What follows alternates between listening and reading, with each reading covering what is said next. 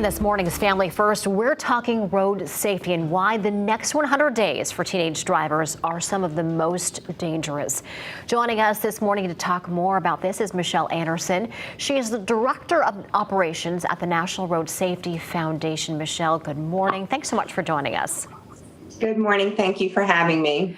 Now, Michelle, this is definitely on my radar. I have a young driver. My son got his license only about a year and a half. So definitely a source of stress for me, especially when you're talking about the most dangerous time, the next 100 days for teens on the roads. And why is that? I assume it's because they have more free time on their hands since they're not in school.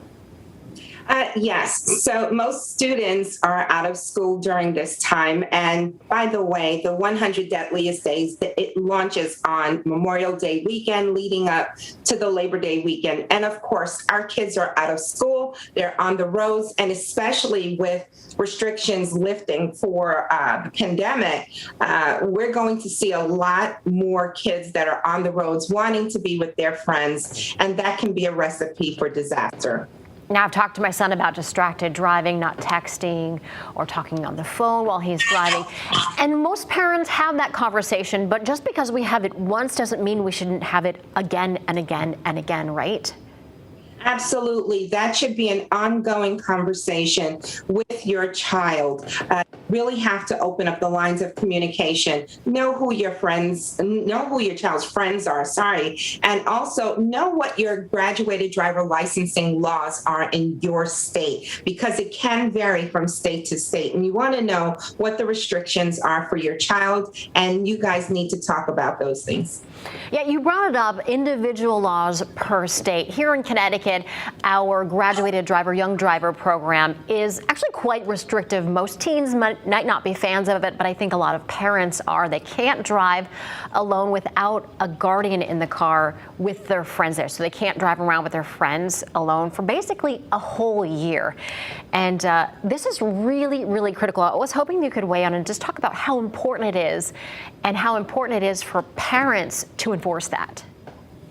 It is absolutely important that parents enforce these laws, even if your state does not have such a great, I'd say the state of Connecticut has a great restriction on young drivers. Even if it doesn't, you should, because the young drivers that are behind the wheel, they are totally inexperienced. And if they're inexperienced and they're behind this 2-ton vehicle, that can be a danger. So we are asking that you know those laws and that you enforce those laws. And when your child does not obey those laws, that you make sure that you enforce them in some sort of way within your home, because it's for the safety of your child as well as for others on the road.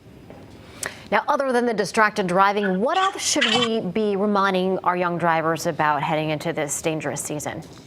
So one of the things that young people tend to do behind the wheel when they first get this privilege, it is a privilege, guys, to drive, is to speed.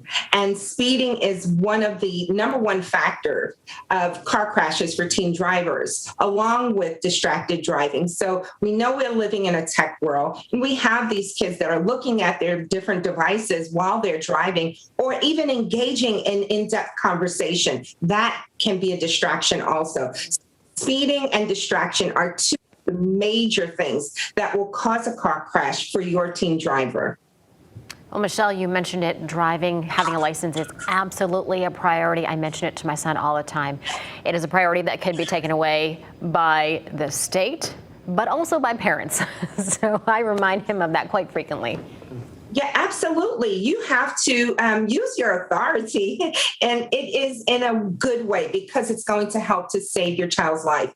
We have to really enforce these laws, making sure that we know that the restriction time, how many kids that they can have in the vehicle. Some states, and in the state of Connecticut, you cannot even drive your siblings for the first year of driving. And it's so important that we not only know these laws, but that we enforce them, because it's going to save their lives and someone else's life on the road. Last year in the state of Connecticut, 10 teens died on the road. That's way too much. Mm-hmm. And the power and we have the authority to make sure that that does not happen. Absolutely, Michelle. Thanks so much for those really important reminders. Thank you. Be safe, everyone on the road. Absolutely. Thank you.